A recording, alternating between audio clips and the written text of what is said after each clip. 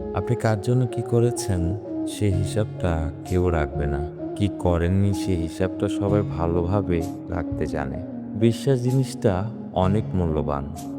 একবার ভেঙে গেলে দ্বিতীয়বার আর বিশ্বাস করা যায় না। সেটা বন্ধুত্ব হোক কিংবা ভালোবাসা।